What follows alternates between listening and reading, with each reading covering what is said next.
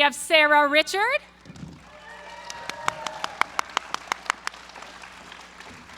Woo! Then we have Tony Fleecs. No. Did you write something for me? This is mine. Thank you. And finally, we have Andy Price. Woo! All right. So I'm going to have everyone go down the line, introduce yourselves, say what you do for the comic, and tell us your favorite pony. All right. Hi, I am Jenn Blake. I am one of the pencilers. I've done Friends Forever number 16? Yes. 16, which is Diamond Tear and Silver Spoon. I've done a cover for Four Color Grails that was Power Ponies. And my favorite pony is Rarity. Hi, I'm Jeremy Whitley. I write for the comic. I think I have the distinction of having worked with every artist that's on the comic at this point. I wrote the Seizure of the Crystal Empire arc that came out last year with Andy. Yep. That's his name? Is that your name? Andy? This week it is. Yeah, and then I'm responsible for all sorts of fun things like Discord time traveling, which is impossible, I'm told. Okay. Hi, I'm Sara Richard. I do a lot of the variant covers. Yeah, mostly covers. But me and Tony are going to have something cool coming up. We did sort of a collaboration in an upcoming issue that's... Friends Forever number 31. Yes, that one. Yeah. It's my first BronyCon. I'm super happy to be here. And my favorite pony I is... totally forgot to do that. Yeah, Rainbow Dash. Warden's Red. Hi, I'm Tony Fleecs. I draw the My Little Pony comics. I've drawn a lot of them. But currently I'm drawing the main series, Friendship is Magic, number 43 to 45, where the ponies turn into like supervillains. I think 44 comes out next week. And I also write a very little bit. I wrote and drew issue number 31 of Friends Forever, which comes out also in the next couple of weeks, with Sara Richard on paints. And my favorite pony is Applejack. Echo. Hi, I'm Andy Price. I've been with the ponies since issue number 1. I just hit my 4-year anniversary last month with IDW and the ponies. I've worked on Friends Forever. I've worked on Fiendship is Magic. I work on the main series. I also just turned in some premises for hopefully my first scripts. And I am Katie Cook's surrogates, and she is not here. So if you have questions for Katie Cook, I'll give you smart mouth answers like she would. And my favorite pony is Applejack.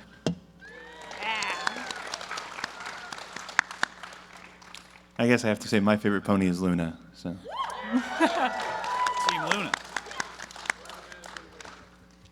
So our first question is, how did you guys get started with the comics? I was found in a small box on IDW's doorstep, buried in kitty litter, and no. Is there a litter of you? Like Yes. other little Andys? Yes. I adopted one of those Andys. I probably have the oddest story of getting into the ponies. Myself and Katie Cook did issue 1, and she had just started watching the show, and she got on Twitter and said, "This show is cute. I think there should be a comic book of it." And IDW answered her, and they were like, "We agree. How'd you like to write it?"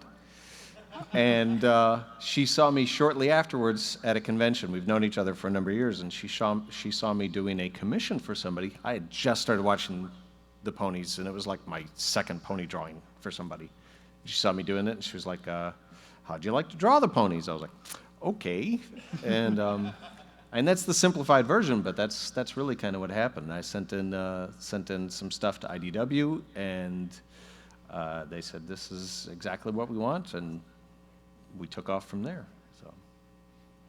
Yeah, I think I was doing samples for Bobby, who edits the ponies, on another book, and he told me that they were going to pitch Hasbro the idea of doing a My Little Pony comic and to do a piece that would be the comic book version of what a My Little Pony would look like. So I did a promo piece, which is not terrible, but not as good as I would have hoped. But it was good enough at the time that they called me back and had me draw more stuff. I did a piece and they showed it to Hasbro, and then 6 months later they called me and said, "Okay, do you want to draw some of this stuff?" And that's the story. And since then I've worked pretty steadily, 16 hours a day or whatever, drawing ponies. 4-ish years. Let's see. I think I've been doing it for like two or three. At least 3 years. 3. Yeah. It all runs together. I kind of have a weird way about how I did it too, I guess. There was a Kickstarter for Womenthology, which was another IDW book that was being put together. And one of the Kickstarter goals was to have your artwork looked at by Chris Ryle, who's the editor-in-chief at IDW. So got to do that, kind of bugged him about it for a little while, but those guys are super busy. So he finally got around to it, and he's like, cool, we'll show this around. And didn't really hear too much back from that, but my local comic store back in New Hampshire, Double Midnight Comics, did some retail exclusive covers. So I did the micro series covers for them, and those still have to go by Bobby. So my artwork got to his desk, and then I did a couple emergency projects, and just kind of kept going from there. So it's snowballed in the best way possible, I guess. So yeah. Yeah. In my case, I had been sort of like elbowing Bobby and other editors about doing something at IDW at some point, and nothing had really come of it. And I then met Tony Fleecs at a convention, and he was set up back-to-back with me. He was doing pony stuff, and I was just working on my original series, Princeless, selling that. And we have a mutual friend who is a big fan of Princeless and had been bragging to Tony about it. And Tony checked the stuff out and was like, "Hey man, have you ever thought about doing My Little Ponies?" And at that point, I have a 5-year-old who was 2 at the time, and was like, this was the one show we'd settled on as something that she really liked that I could stand, because a person can only take so much Dora the Explorer, and like we started watching My Little Pony, and I was like, "Oh, this is really good. Let's watch this more." So, when Tony suggested it to me, I was like, "Yeah, absolutely. I would love to do that." And it just happened to be the same time that they were getting ready to launch Friends Forever. So I ended up sending Bobby just a long list of different ideas for stories, and 2 of them ended up being Friends Forever #2, which is Discord and the Cutie Mark Crusaders. And then Friends Forever #7, which was Luna and Pinkie Pie. I totally forgot, by the way, that I told Bobby anything about you until he said, he was like, "I'm hiring this guy, Jeremy Whitley." And I was like, "Oh yeah, I remember. I emailed you about it." I know that guy. Whitley. Whitley. Yeah. Whitley. I bought Bobby a Lamborghini to get my job. I actually started on something that was called IDW Limited. When they did the Return of Queen Chrysalis that Andy and Katie started, they did a huge special edition where they collected it, and they had a bunch of us. Sara actually did some paintings for it, I think. You did the bigger plates for it, I think. Yeah, she did plates for it, but they had me do little original sketch cards of all the main 6.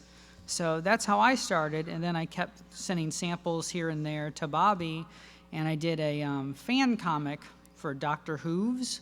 And I sent those pages to Bobby, and through that came Friends Forever with Jeremy, and then the little couple covers here, and then now I'm doing something outside of My Little Pony with Jeremy, which is really exciting. All right, so next question. What do you do when you're not working on the comic? Sleep. That equals about 2 hours when I'm not working on the comic. Yeah, same. I don't have any time for anything else. Every once in a while, we get unchained from our desks to maybe claim a shower or a small cracker or something like that. Otherwise, we work on ponies. Sarah's gonna have the best answer for this because all she does is awesome stuff, and then in her spare time she draws My Little Pony. Sarah culminates all the cool stuff we wish we had time for. I had to make up for you guys. She's really picking up the slack. Well, I don't have to put in as much time as you guys do. Like, you are monsters. Like, I can't do an all-nighter. Monsters. Good monsters. Yeah, so when I'm not doing My Little Pony, there's a bunch of other stuff I like to paint. I really like, like Art Deco-y, Art Nouveau-y, all my other art stuff.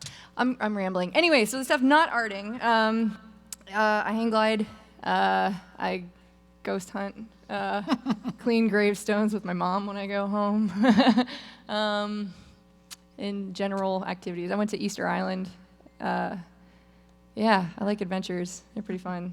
Go ATVing, I know. I went ATV and I played Mad Max Fury Road, I think, Yeah. at one point. She plays bridge every Wednesday night with Bigfoot and the Loch Ness Monster. Yeah, totally. We're best friends. Yeah, it's fun. I try to keep myself busy and entertained, and then I draw more My Little Pony. And so My answers will all be disappointing after that. Well, so my answer is I also have a full-time job. I'm a technical writer in addition to being a comic book writer. So I do that for roughly 40 hours a week. And then I have a 5-year-old, which is a time-consuming thing in itself. And then in addition to that, I write other comics. I have my 2 ongoing creator-owned series, which are Princeless and The Pirate Princess. I have another series that I've been working on with Jenn that I wrote, another series beyond that I'm pitching, and then I'm also doing some work with Marvel now as well. Done a couple of short stories with them, and then have other stuff that I can't talk about that I'm doing with Marvel, so that's fun. So when I'm not doing all of that, sometimes I sleep, but that's really about my only hobby at this point, sleeping. I run a criminal organization called Cobra. In my downtime, it doesn't do really well. I know. do a Patreon. Do a Cobra What? Patreon. Yes. That'd be funny. Destro never listens to me. I do a lot of shopping. That's what I do in my downtime.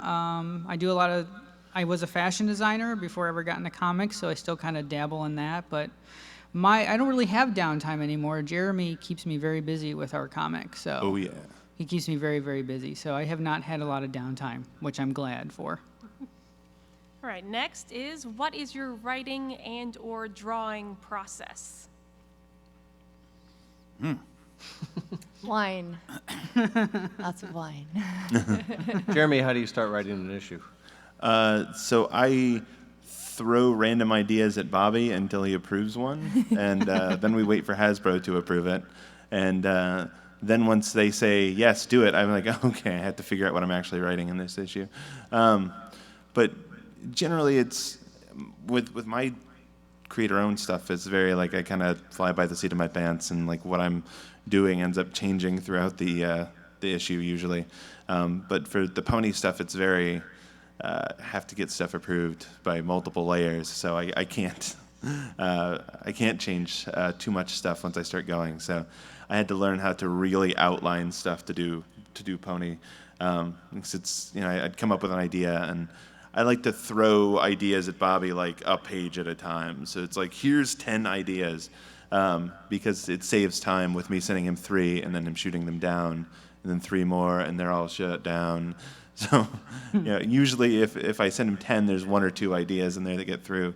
And then, I write a longer outline of what I want, and then if that gets through, then I usually sit down and write most pony issues I write like in a day. Usually like a couple hours of just like sitting down and writing it once I have it outlined is not difficult for me, as long as I can get some quiet time. The only time I've not been able to do that was when I wrote the issue that didn't have any dialogue in it with just the pets, which is the easiest thing to pitch and the hardest thing to write. Like you get like the idea of like writing a story that's just about the pets, where there's no dialogue and it's just like Angel just doing Angel, and I was like, this is gonna be so great, and they approved it, which was terrible, because I was like, now how do I write a story with no dialogue in it?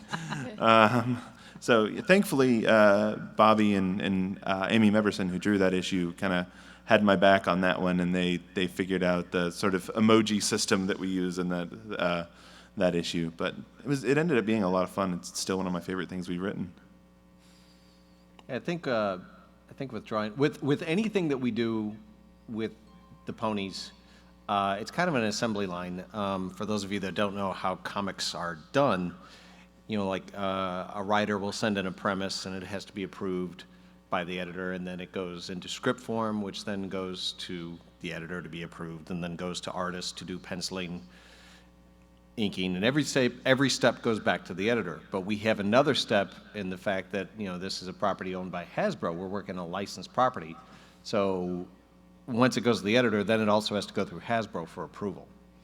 The pain of it for us is that we're still working on a regular comic book schedule. We have now shoehorned in the fact that the licensor has to approve everything, and that takes time. So we can be knee-deep in the inking process when they come back and say, oh, this page in the writing we don't like, and things then have to change. It doesn't happen often, but occasionally it does. Yeah. But as far as the process for drawing, I'll get a script, and the first thing I do is I reformat the script no matter how it's written so that there's as much room on the printed page as possible when I print it out, and then I do thumbnails for every page on the script. So I'll break down, this panel has 3 word balloons, I have to leave room for 3 word balloons, things like that, and I'll do the thumbnails, and then I start doing the penciling. And the whole time I am locked in my basement being harassed by 6 cats because I have a bird feeder right out my window and they dance all over my art table. And I watch reruns of Dick Van Dyke and Magnum P.I. because I can't watch anything new or I'm being distracted. So I can tell you anything that's ever happened on Dick Van Dyke or Magnum P.I. And that's why things like that work their way into my backgrounds, is because it's what I'm watching. So Magnum P.I. has appeared in the comic books about 5 times now. Do you sit there like mouthing each line? Oh yeah. I want to see a video of you working. I've tried watching new things while I'm working, and of course it's too much of a distraction. I'm either going to watch or I'm going to work. And there was one time I was inking something, and there's some action movie, and I'm watching the action, and I look down, and my brush has gone across the page. So I don't watch new things anymore. I do West Wing and Buffy the same way, where I know them all well enough, and I just watch them. But Toby Ziegler has never appeared in an issue of My Little Pony yet. But yeah, I'm the same. Like, how fast are you, I wonder, because you do a lot of the comics. I often have to do more than 1 page in a day. Are you that fast too? If I'm cramming, I can pencil out 2 pages a day average. If I'm really behind, I'll force myself to do a little bit more. Inking for me is a little bit faster. Yeah. I can do a little bit more in inking. There's guys out there much faster than us. There's guys much slower than us.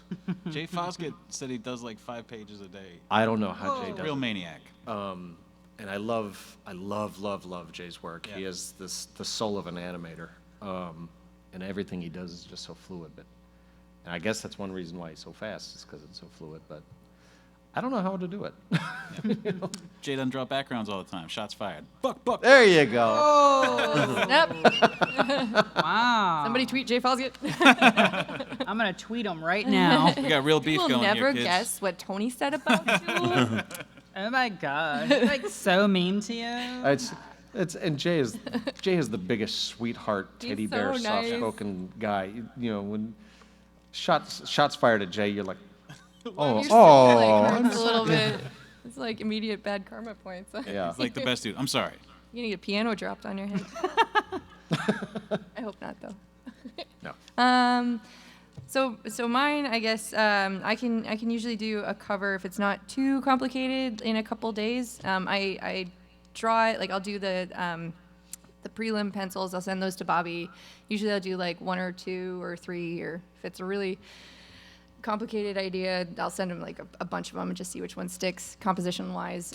Whatever one he approves, I'll kind of pencil out into a finished piece, and then scan that in, tweak it a little bit in Photoshop if I have to, print that out, take that trace page, transfer it onto a page that I'm going to paint on, And if you come by my table, I can show you some of the trace pages, what I mean by that. They're in one of my portfolios. So I transfer that with graphite paper, and then I have the pencils and everything on the page that I'm going to start painting on, which is usually like illustration board or Canson paper. And then I use acrylics, maybe watercolors a little bit, but mostly acrylics and pencil and gel pen. And then I scan it in and send it to Bobby.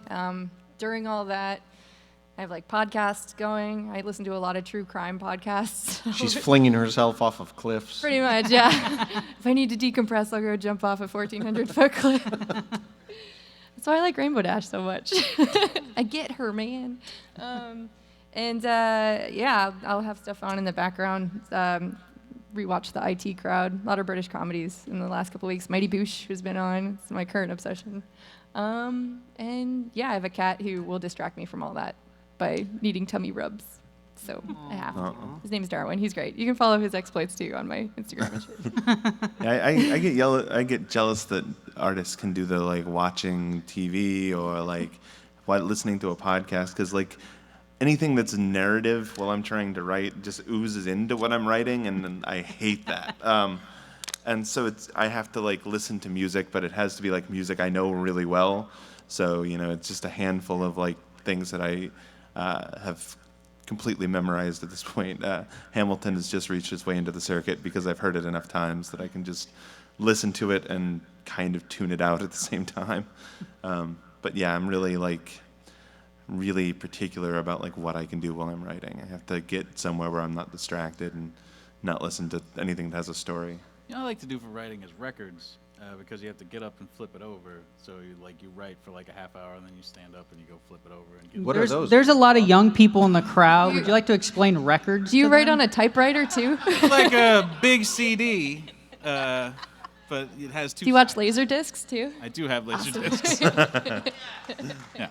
Tony Flip also those over still too. uses AOL. Was it Laserdisc? No, it was video disc that you had to flip over like an album. Both. Yeah, I barely Laserdisc and remember. video disc. Okay. I think it was like The Little Mermaid on Laserdisc, and we're like, what Yeah. is this? Look, if you I want got to, you. I've got all of future. you Movie on because I had an 8-track recorder. I had a player. I have no recorder. That's Cute. great. One person. Grandpa Andy is out holding us all now. All right. So what's the favorite part of something you've worked on? We get asked this a lot. We get asked, what's your favorite pony to draw and things like that. And my answer is always whatever's in front of me at the moment. If I get too attached to a piece, it's easy to get over-involved.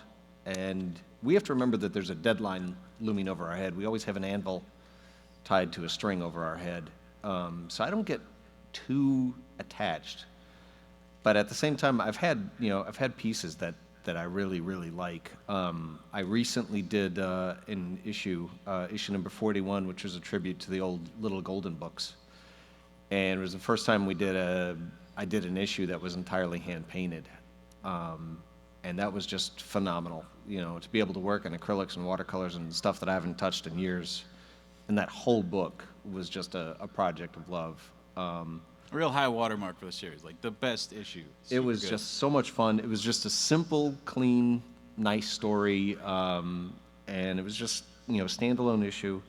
And then we did a standalone issue after that, which was basically going into Peaky's mind as she writes a book with Rarity, and it was just insanity. And so those were big favorites. And the first issue with Chrysalis is always going to have a place in my heart. So. But those are probably my favorites Yeah, to draw anyway. My favorite one that I've done, I think, is the next one that comes out. It's Friends Forever number 31. It was so cool to work with Sara on stuff, and I wrote it for myself, so I felt like a certain sense of authorship about the whole thing, which is cool. Like there's collaborating with people, which is fun, and then there's also like knowing that you're going to draw something from the second you start writing about it, so you sort of plan it all out, and to plan it and then have it come out exactly the way you had planned it was pretty cool. So that that's my favorite thing right now. There's some pages in there where Sara will draw stuff, and then I'll draw on top of it, and we sort of pass the ball back and forth, and it's really cool. Like, it's a real cool collaboration. And Heather Breckel colored the whole thing, except for obviously the pages that were painted. So it's just neat. It's Rainbow Dash and Little Strongheart and the Buffaloes, and there's like a 5-page legend section in the middle where Sara just painted this whole legend. So it's cool. Yeah, that's gonna go into like my favorite that I've done so far. Like before that, I think in issue 25, which is like the Western issue, I did like a little 3-page story in the back with Zecora and Angel, which was really fun because Angel's pretty much my cat. So like anytime I get to put Angel in something, like he's up front. You must hate that cat. No, I love him dearly. He's a grump. He's a little grumpy grump butt, and I love him. But he's wonderful. But yeah, the collaboration was super fun, and I get my name on the cover. Yeah. Which is just crazy. And yeah, Tony was super fun to work with, and it was just really cool how it all came together. And I love the story. I think it is just awesome. By the way, when I pitched it, like from the moment I thought about doing it, in the pitch it said there will be 5 pages that are Sara Richard pages in this thing. Like there will be dream sequence Sara Richard stuff. So cool. Yeah. I'm so happy it happened, and I can't wait for you guys to see it. It's gonna be really cool. So yeah. Yeah, my favorite stuff is always when I kind of surprise myself when I'm writing, which almost always happens at the end of comics when like I'm getting to the point where I'm like, all right, how do I wrap this up? And I hit on some sort of emotional beat that I didn't know exactly what it was or didn't know it was there.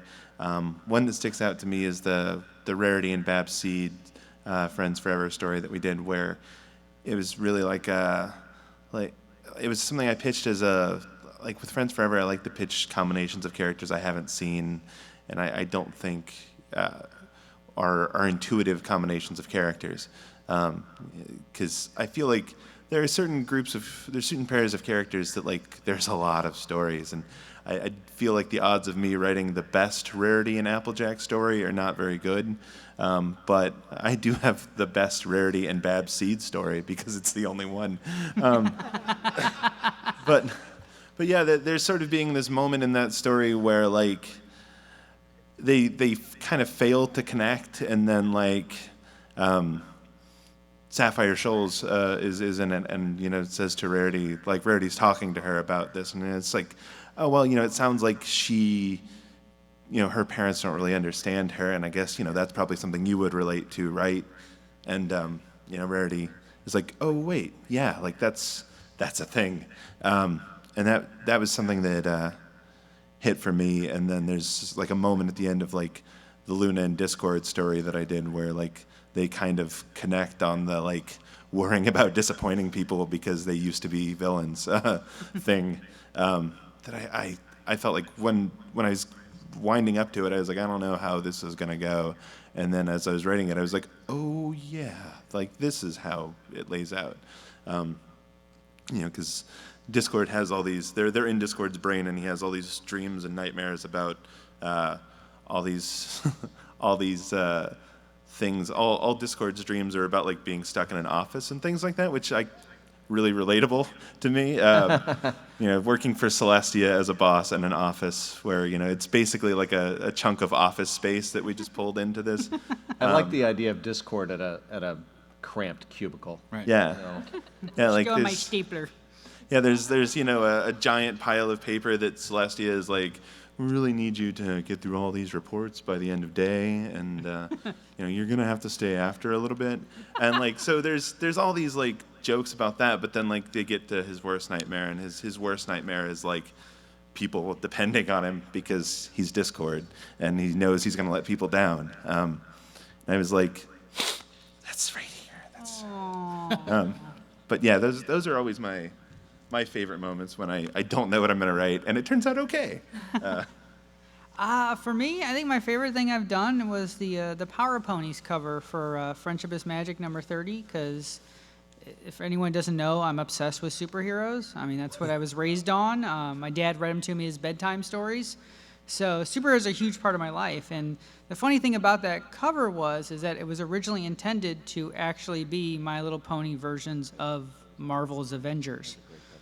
The retailer, Four Color Grails, had literally asked for that. They said, can you do the Avengers as ponies?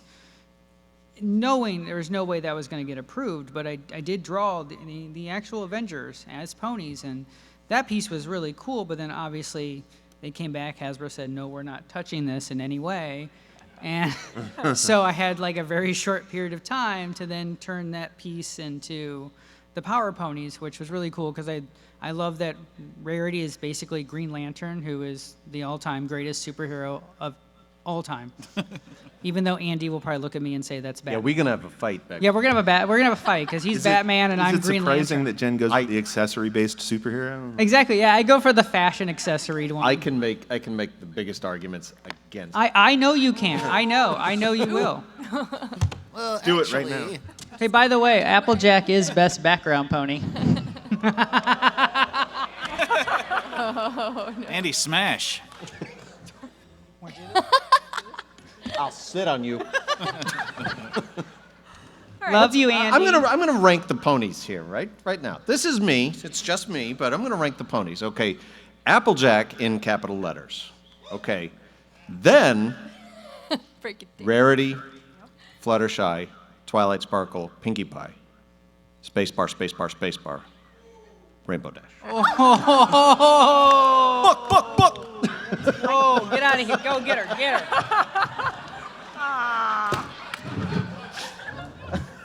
So, gonna land just on as your a writer, house. I want to say that that's not how a spacebar works.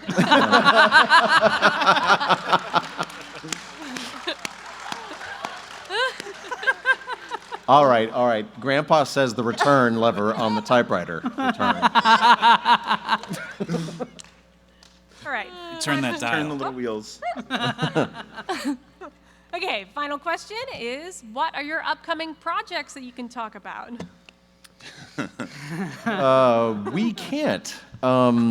We actually have some stuff going on that we are strictly under orders not to talk about.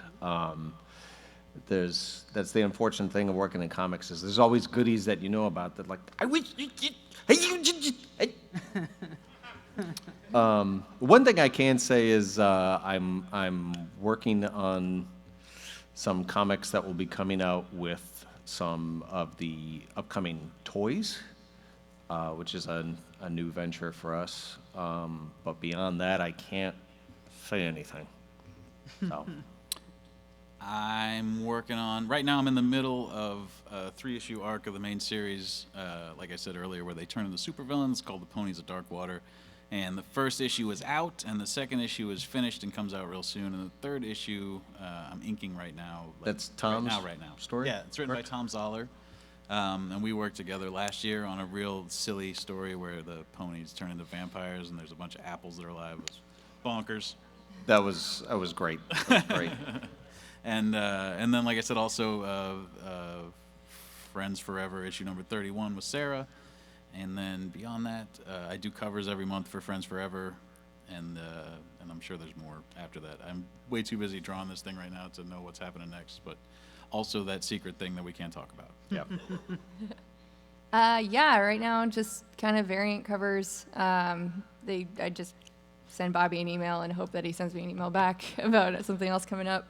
The episode, issue 31 is coming out. Other than pony stuff, trying to work on some creator-owned stories. Like I have another kids book in mind I want to do, and then I want to do a collection of short ghost stories, and try to have that put together. And like probably put together an art book at some point too. Yeah. Oh, I forgot. Are you done? Are you still going? Yeah, I'm gonna think. I have an actual creator-owned series that comes out in middle of August called Jeff Steinberg, Champion of Earth. If you guys know comics, final order cutoff is on Monday. So if you have a retailer and you like me at all, hit your retailer up this weekend and tell them to please order Jeff Steinberg, Champion of Earth from Pony. It's 6 issues, and it starts coming out in August. It'll be a preview at San Diego Comic-Con if anybody's going to be there. There's an exclusive variant cover there, too. Yeah, on that note, real quick, don't forget to tell your retailers to order my Betty and Veronica cover for the new Betty and Veronica #1 by Adam Hughes. That comes out next month. Yeah, I'll have a Comic-Con coming up. I'll have a My Little Pony exclusive cover. That's a really fun cover. Oh yeah, we can tell them about that. They haven't really announced that yet. Today? Oh. Hey, how's it going? It's 44, right? Yeah. So it's 44, and Sara, yes. how outrageous was it to work on that? It was awesome. It was the closest I've gotten to Gem in a really long time. It's a Gem Pony crossover. It's gonna be rad. So yeah, I picked that up somehow if you're at Comic-Con. If not, I'm sure it'll be floating around on the internet. And then I did an Oni Press cover for Rick and Morty that was going to be a Hastings cover, but they went into bankruptcy. So it's going to be their convention cover. It's got Mr. Poopy Butthole. He's my favorite character on the show. If you haven't seen it, that's his real name. But that will be Oni's convention exclusive for his little spin-off comic series for Rick and Morty. So pick that up, because it won't be at Hastings.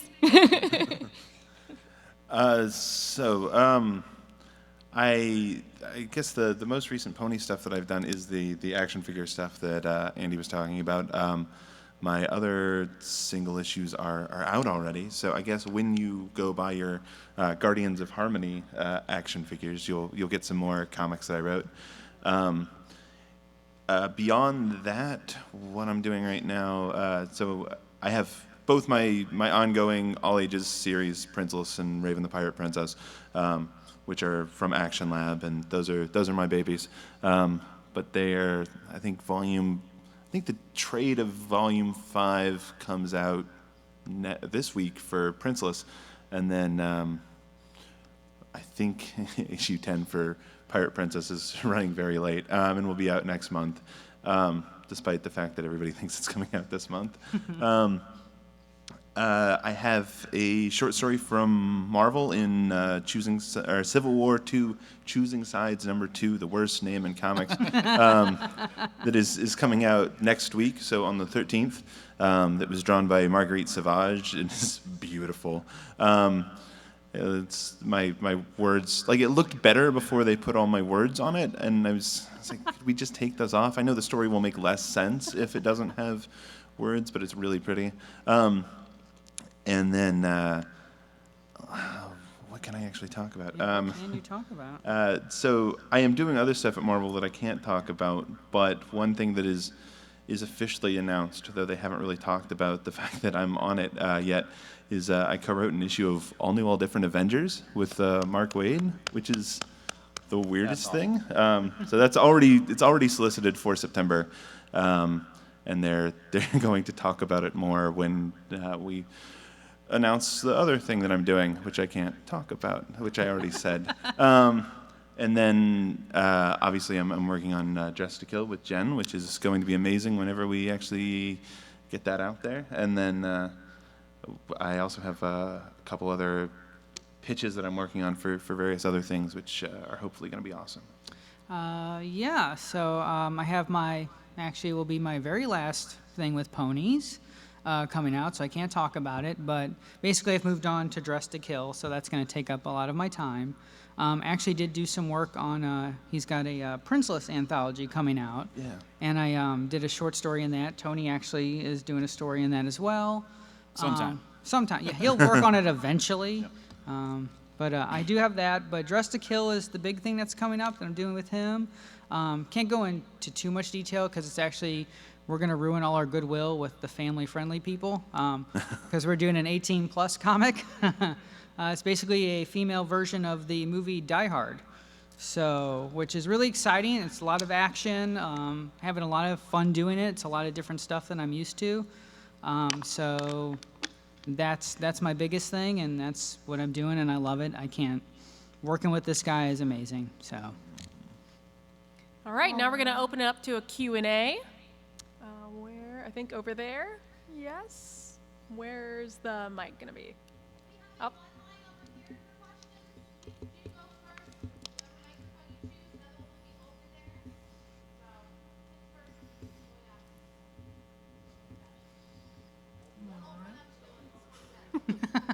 Don't Everybody ask me run. any Everybody questions. Well, while they're organizing, we can do a really fast last question. Is there anything special that you like when you're working, like music or a location or a special pen? Bourbon. Fireball. White wine for work, red wine for bed. So mostly white wine.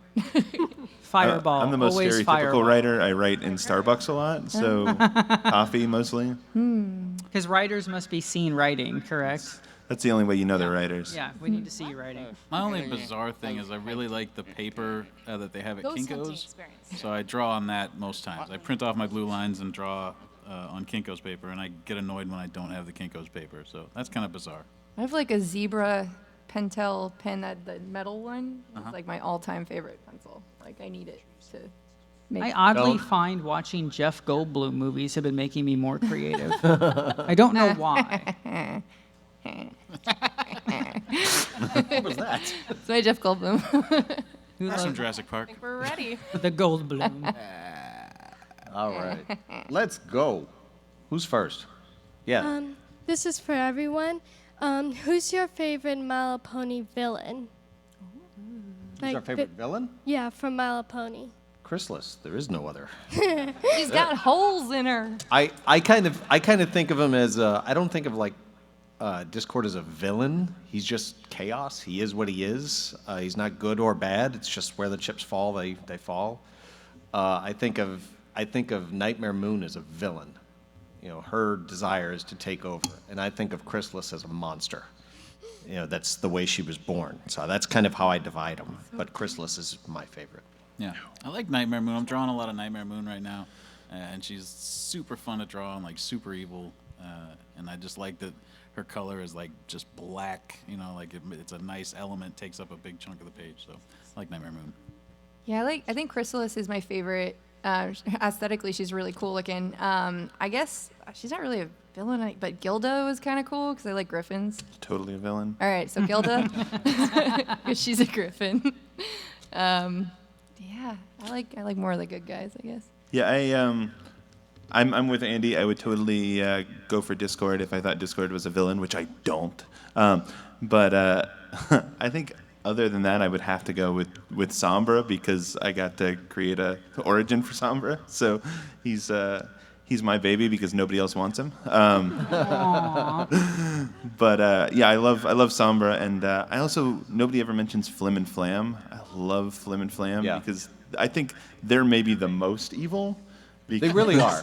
Because theirs is entirely greed. Yeah. Everybody else has like motivations, and they're just like, we'd like to make a lot of money. The Dazzlings, because I love Sonata.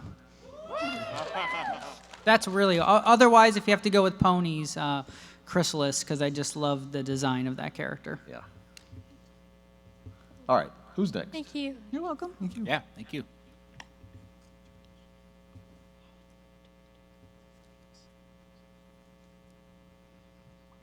Wait, me? Yeah. Go for it. Okay. How do you choose the frames for the comics? Because like, when I do a comic, I do perfectly squared all the way across. But it's like I can see the comics and they're like different frames. Like, how do you guys know? Part of it is I get bored with a page. Like if I get a script where Bob Smith and John are talking, and that's the whole page. It's I what worked we call really it- hard on that script, Andy. Okay. Right. It's what we call a talking heads page, and it's just characters conveying information. And it's those kind of pages where I have to challenge myself to make the page look interesting. So that's where I will start breaking up the format and do a round panel instead of a square, or do Bob as the center character in the middle of the page to make that the focus. If it's a more action-oriented page, then the writer is usually dictating a lot more of the fluidity, if that makes sense to you. But it's just a matter of playing with the page and making sure that the storytelling still works. And starting out square panels like you are is a good idea because you sort of learn how to tell a story before you start breaking the rules Yeah. of it. So do your panels like you're doing them until you're real confident. I mean, I'm still mostly square panels all the time, basically for speed. Like, I just know I'll just like, I'll do all these panels. But yeah, once you sort of get that figured out, you can break the rules a lot and sort of make interesting compositions. Yeah. Andy's pages Yeah. are always real interesting. But he really hit on it. The most important thing is telling the story. Our job is to make sure that you can understand what's going on, hopefully even without the word balloons, at least to some degree. So get that first, and then you can start playing with the page. Just make sure that the layout is still, you know, kind of that Z format, left to right, so you can tell what's going on. Yeah, you can also do pages without frames too. The ones that me and Andy did. Or sorry, Tony. Tony. Maybe I haven't had coffee yet. It's all like a montage, so it's kind of like one illustration with like sections within that illustration. It's really hard to explain, but it doesn't have any broken panels into it. It's just all one illustration. And then you can put like little word balloons in there. There's get the basics down and then have fun. Like invent your own way to do a panel as long as it still flows really well. And test it out. Like give it to a friend, and if they can follow it, you know, then you know that it's got a cohesive story to it. Yep. I love to do a montage. Andy does a great montage. Like, that's the most fun, where you just throw a bunch of stuff on a page, and but it has to be a page where it doesn't really matter exactly what order they see the thing in, because then you can just sort of feed them all the information, and it all happens in this image. Okay, thank you. There you go. I have a question for Sarah. What is your scariest ghost hunting experience? Scariest convention experience? No, ghost hunting experience. You said that you were a ghost hunter. Did I do what? I'm sorry. He's asking what your scariest ghost hunting experience. Oh, my hunting. God. Oh, ghost hunting. Oh, I was thinking convention, so I got stuck in that. Like, I mean, I love convention horror stories too. Oh yeah, well, I went to Scotland, and I went to Greyfriars Kirkyard, which is their cemetery, their oldest cemetery, I believe. It used to be flat, and now it's a hill, just because there's so many people in it, and it's supposed to be one of the most haunted places in like quite the world, I would say. It's really creepy. I've never had anything really happen to me. There's a section out back where they had a lot of prisoners at one point, and they were all tortured, and there was just one cell they had back there that was just, it was something in there. It was really weird. So there was that. There's also the Queen Mary. I swear to God, somebody was standing behind me, enough for me to say, excuse me, and move over and turn around, and nobody was there. So that was pretty fun. So it was cool. That place is awesome. If you ever get a chance to go to the Queen Mary and stay over if you can. Yeah. I'm hoping to do more, and I started a Patreon, and once I get some cameras and video materials, I'm going to try to start doing some ghost hunting stories, videos, and bring you guys with me so I'm not scared.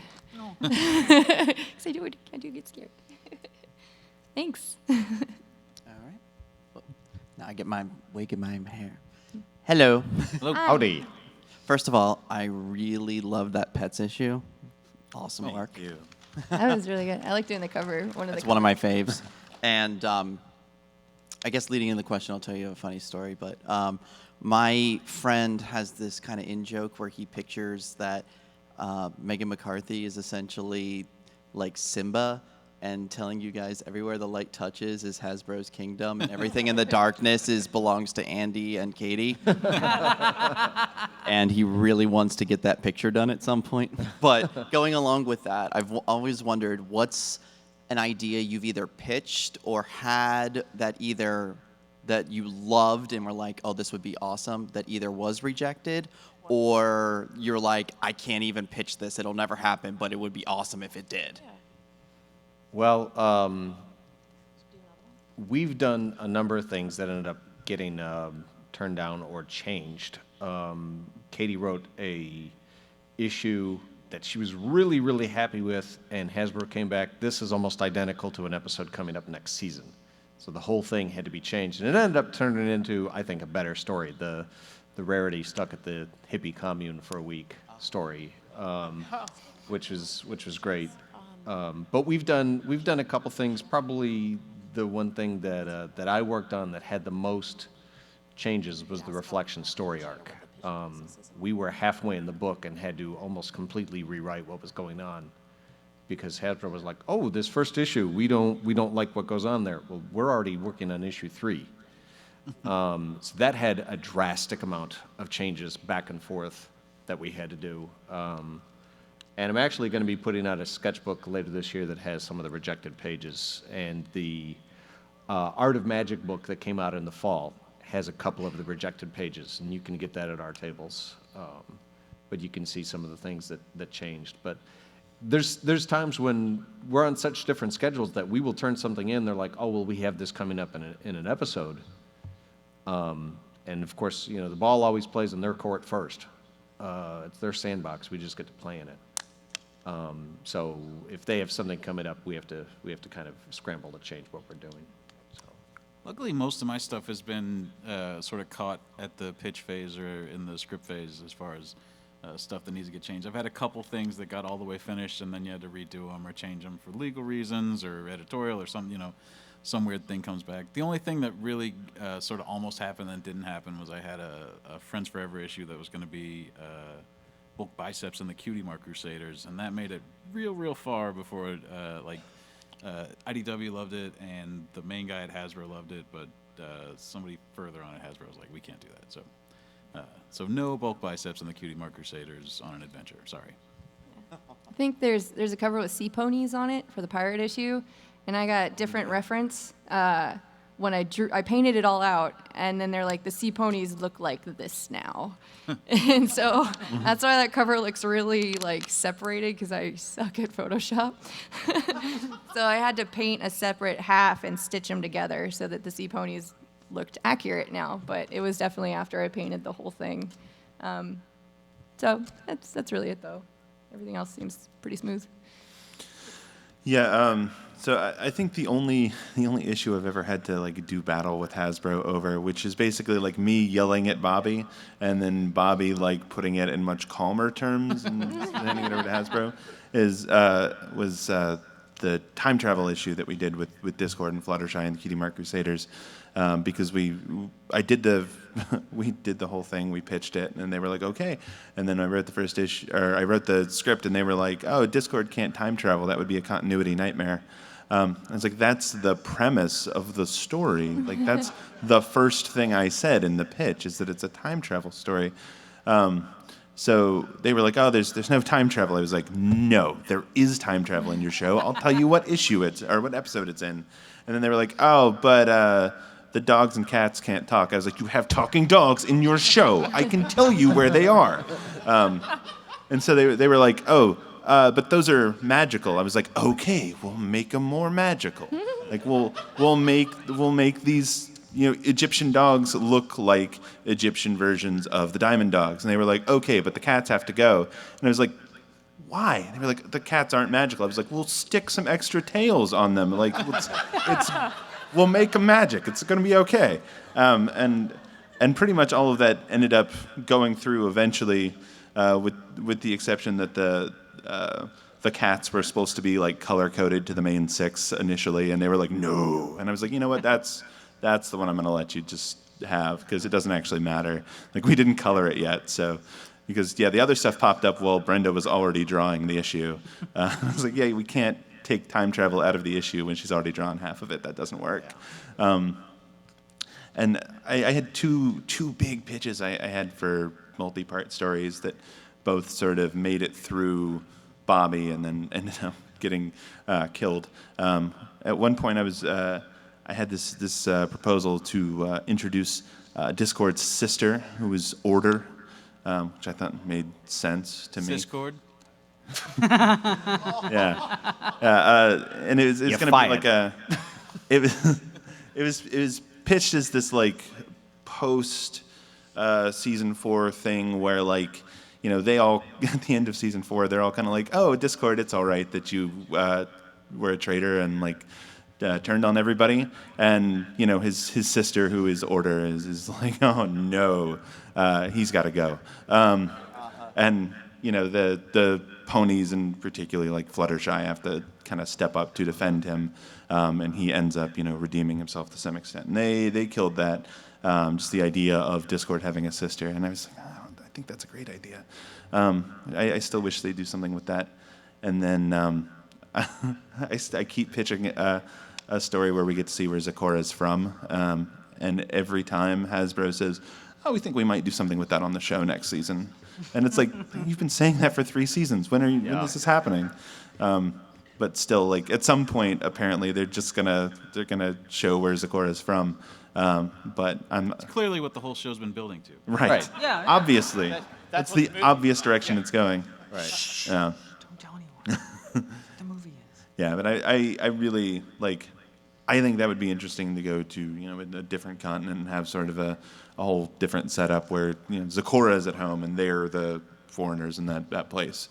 But I don't think that's ever going to happen. Right. All right, well, unfortunately, that's all the time that we have. But thank you all for coming to the panel and enjoy the rest of the con. We're on the show floor Yes. for the whole time, so if you have questions, please come down and talk to us. We're happy to answer questions down there. Yep. Come see us. Come leave your wallets. Yeah, nice stuff. Thank you. Yeah, thanks so much. Thank you.